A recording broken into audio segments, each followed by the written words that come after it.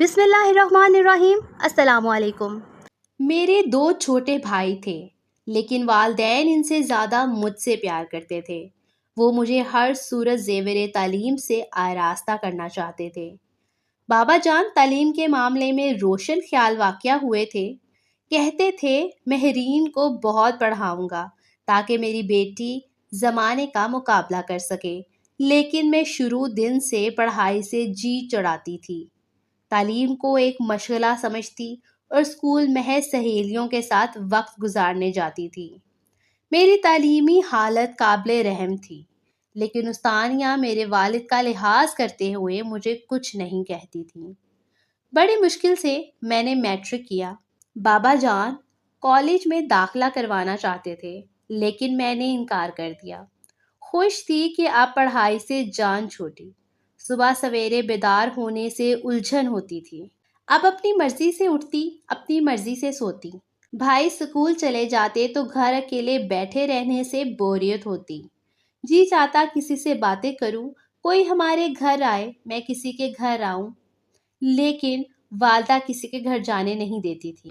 میں کھڑکیوں سے تاکا جھاکی کر کے دل کو بہلایا کرتی تھی۔ ہم ایک عام سے محلے میں رہتے تھے۔ سامنے چودھری دین محمد کا مکان تھا۔ مکان کیا تھا، ایک بہت بڑا بنگلہ تھا۔ یہ زمیندار تھے۔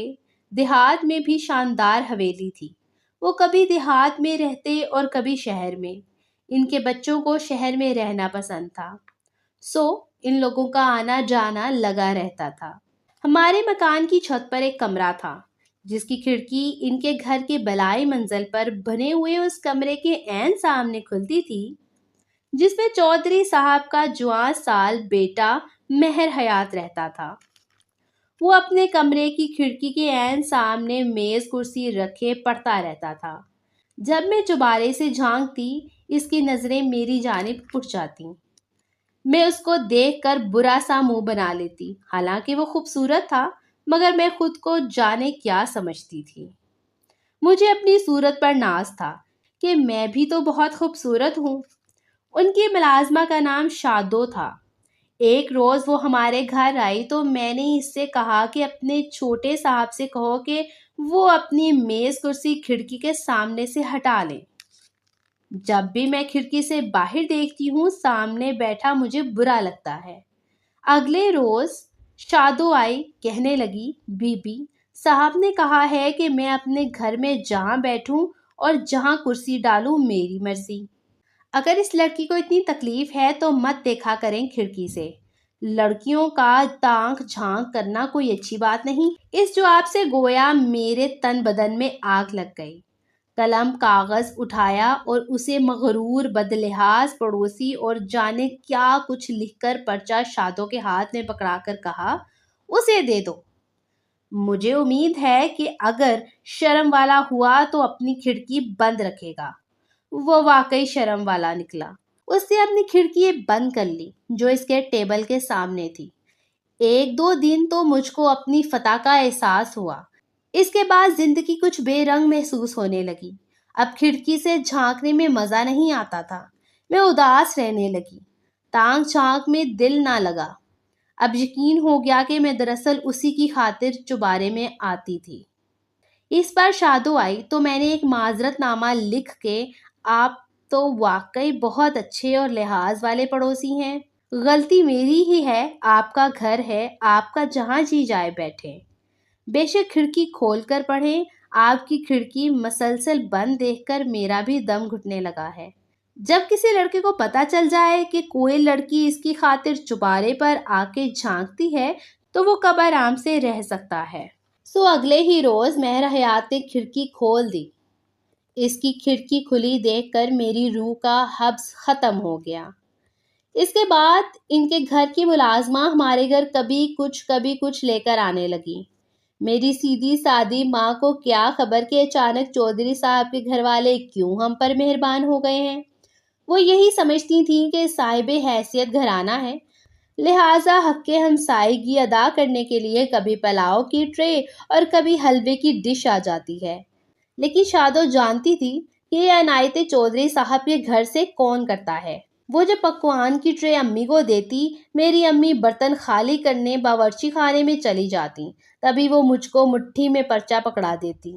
امی کو معلوم تھا کہ چودھری صاحب کے گھر کی خواتین محلے میں کہیں نہیں جاتی، لہٰذا وہ بھی ان کے گھر نہیں جاتی تھی۔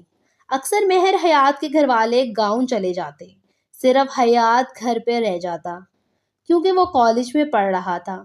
میں نے بھی انہی دنوں کالج میں داخلہ لے لیا۔ 1 سال گھر بیٹھنے کے بعد بوریت اتنی ہو گئی کہ خیال آیا کالج میں داخلہ لے لوں گی تو گھر سے باہر نکلنے کا کوئی بہانہ ہاتھ آ جائے گا۔ میں کسی صورت لوگوں میں جانا چاہتی تھی، ان سے گپ شپ بات چیت کرنا چاہتی تھی۔ یہ تبھی ممکن تھا جب کالج کے لیے گھر سے نکلتی۔ حیات کو علم تھا کہ میں نے پڑھائی شروع کر دی ہے، اسے میرے کالج کا بھی پتہ تھا۔ بس جو داستان کھڑکی سے شروع ہوئی وہ اب ریسٹورنٹ اور پارکوں تک پہنچ گئی۔ انہی دنوں حیات کے گھر والے گاؤں چلے گئے۔ ان کے بڑے سے گھر میں ادھیڑ عمر ملازمہ شادو اور ایک نوکر کے ساتھ وہ اکیلا رہ رہا تھا۔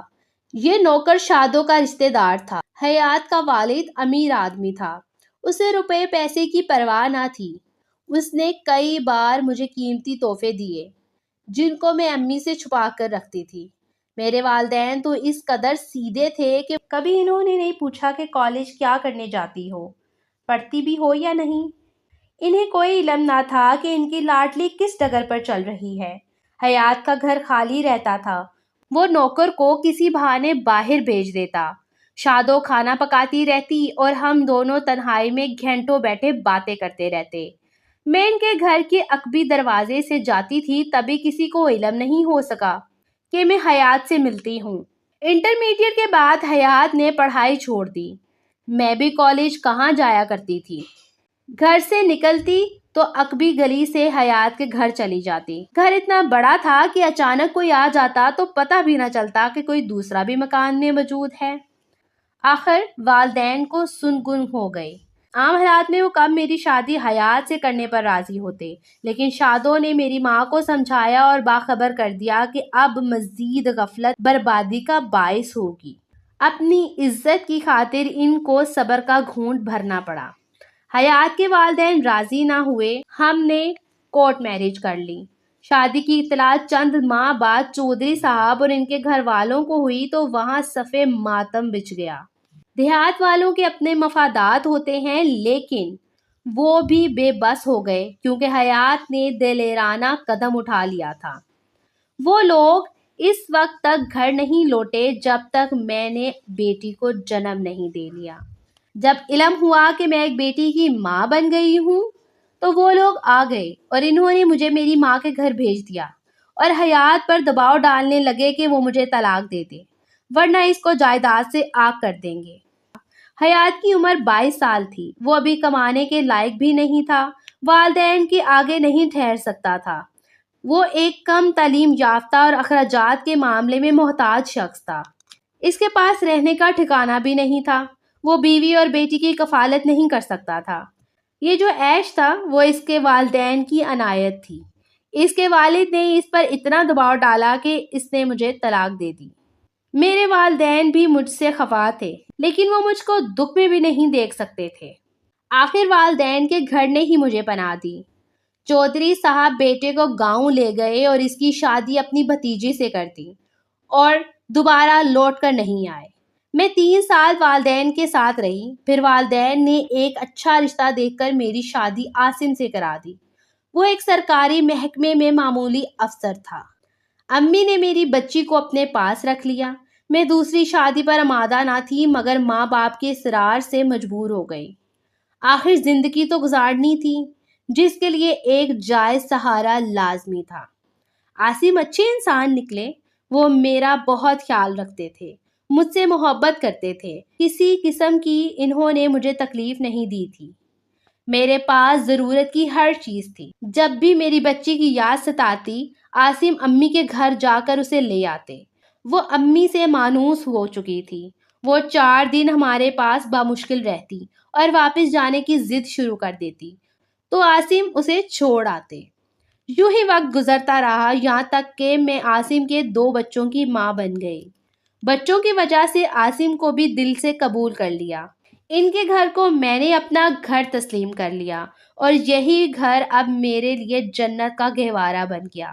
بیٹی فریحہ کی کمی ضرور محسوس ہوتی، کیونکہ وہ کبھی امی کے پاس اور کبھی میرے پاس ہوتی۔ اب وہ بڑی ہو گئی تھی، اسکول جاتی تھی، اسے علم تھا کہ عاصم اس کا سوتیلا باپ ہے۔ اس بات سے وہ کچھ الجھی بھی رہتی تھی۔ تاہم عاصم دل کے اچھے تھے، وہ فریحہ اور اپنے بچوں میں فرق محسوس نہیں کرتے تھے۔ کافی عرصہ تک مجھے حیات کے بارے میں علم نہ ہو سکا اور نہ ہی والدین نے کبھی کچھ بتایا۔ حیات نے تعلیم مکمل کی اور افسر لگ گیا۔ اتفاق کہ اس کا تبادلہ اسی جگہ ہوا جہاں ہم رہتے تھے۔ ایک دن کسی نے اسے بتایا کہ تمہاری بچی فریحہ بڑی ہو گئی ہے اور فلاں اسکول میں پڑھتی ہے۔ اسے بچی کی محبت نے کھینچا۔ امی اسے لینے اسکول گئی ہوئی تھیں۔ امی کو اس نے سلام کیا اور بچے کی خیریت پوچھنے لگا تو انہوں نے اخلاقاً جواب دیا کہ ٹھیک ہے۔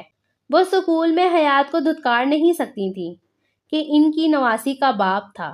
حیات کی ہمت بڑھی، اس نے بیٹی کو پیار کیا اور کہا کہ مجھ سے مت ڈرو، میں تمہارا باپ ہوں۔ قدرتی طور پہ بچی باپ کی طرف مائل ہونے لگی۔ اس کے بعد حیات فریحہ کو دیکھنے اکثر اسکول جانے لگا۔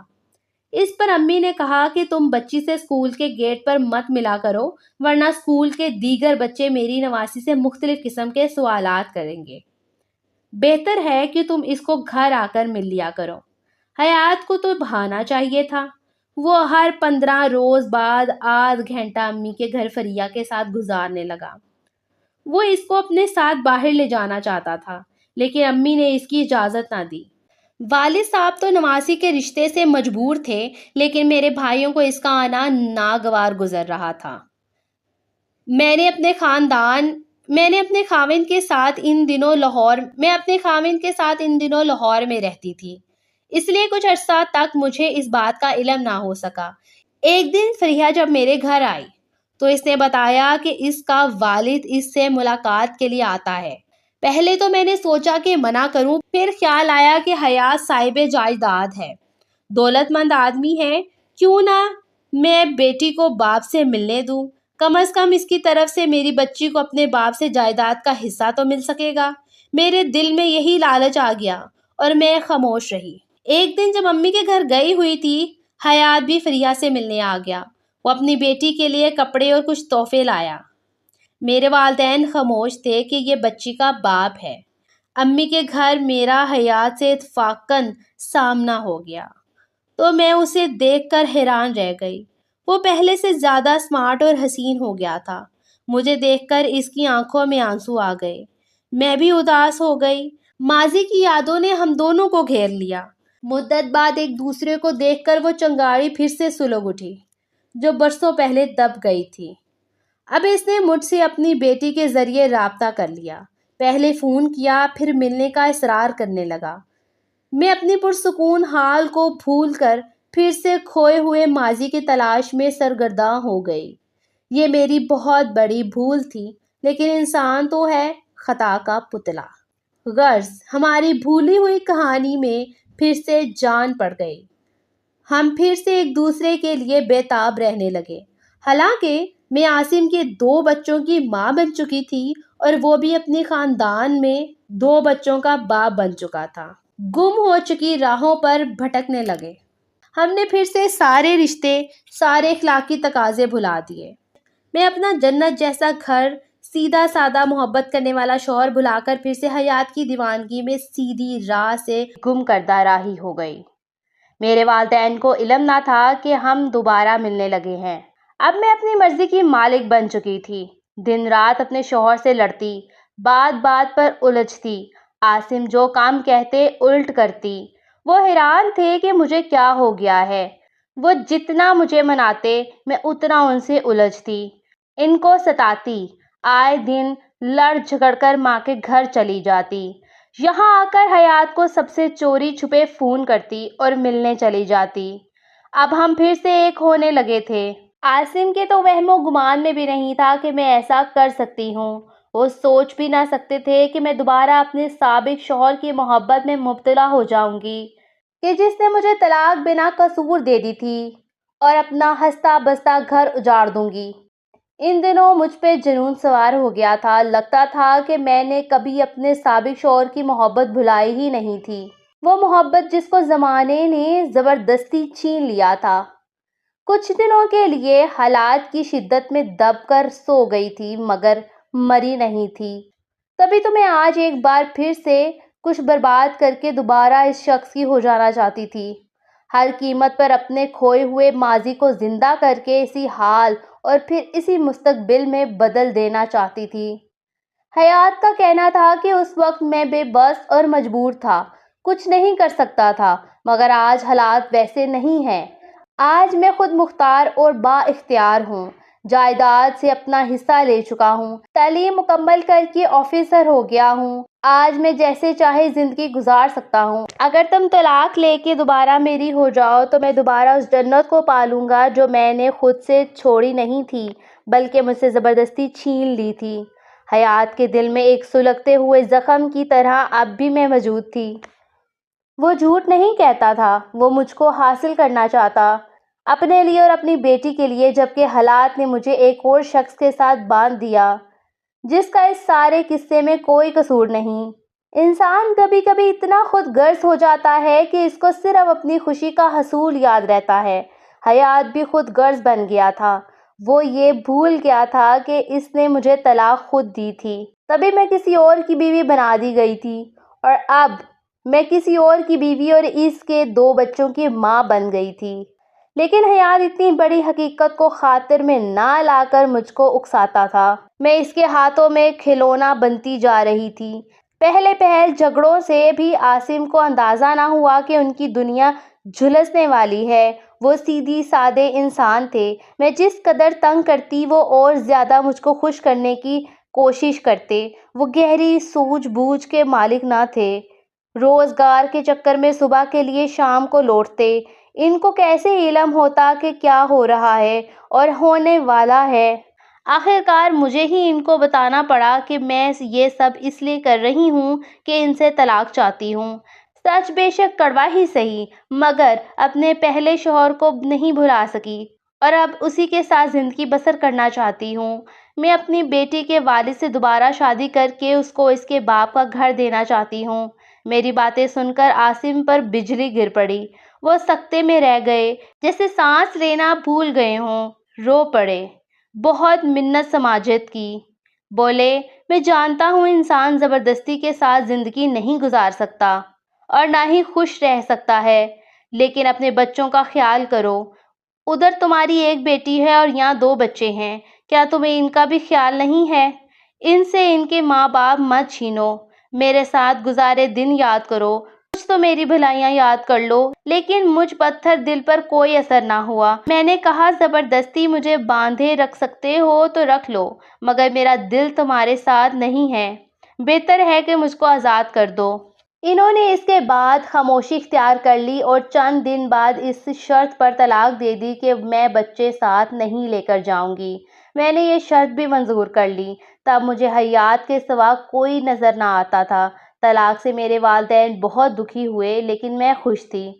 اس بار نکاح میں میرے والدین شریک نہ ہوئے، مگر میں تو اپنے مقصد کو پا کر اس قدر خوش تھی کہ عاصم کے بچوں کو بھی بھلا دیا جیسے میں نے ان کو جنم ہی نہ دیا ہو، لیکن اس بات سے آگاہ نہ تھی کہ میں نے والدین کو کتنا دکھی کر دیا ہے۔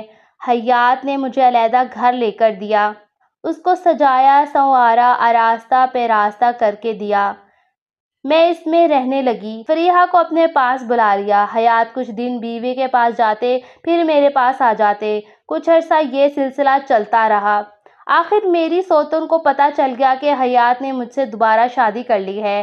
جب میں نے حیات کے بیٹی کو جنم دیا تو میری سوتن نے کہا کہ تم 2 حصوں میں بٹ گئے ہو، بہتر ہے کہ مہرین کو یہاں لے آؤ، اس طرح کم از کم ہم اکیلے ہوں گے، نہ تمہارے بچے وہاں اکیلے ہوں گے۔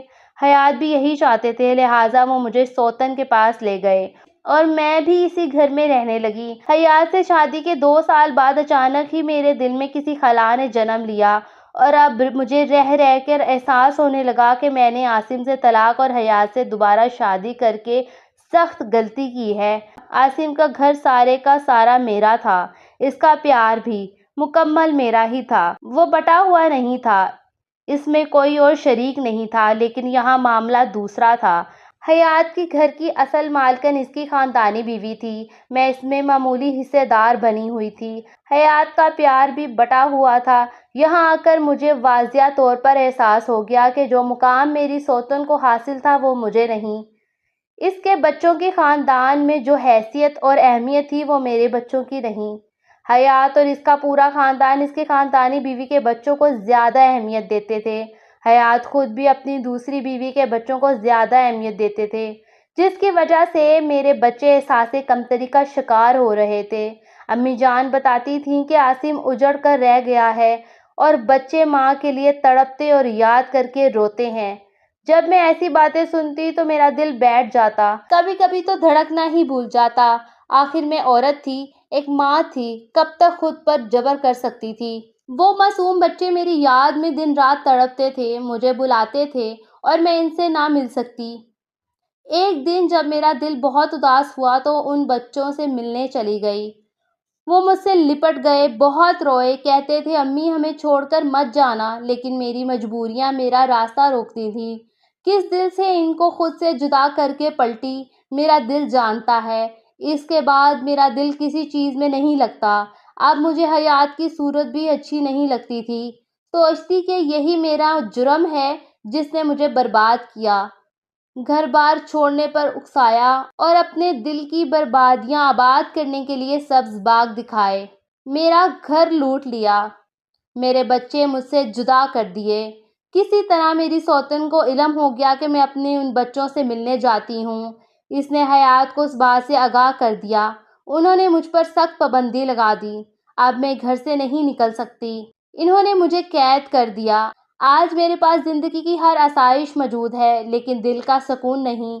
میں اپنے بچوں سے ملنے سے معذور تھی، ان کے لیے روتی، لیکن اب رونے سے کیا حاصل؟ میں نے اپنے پاؤں پر خود کلہاڑی ماری تھی، کسی اور کو کیا الزام دوں؟ Subscribe for more videos. Thanks for watching.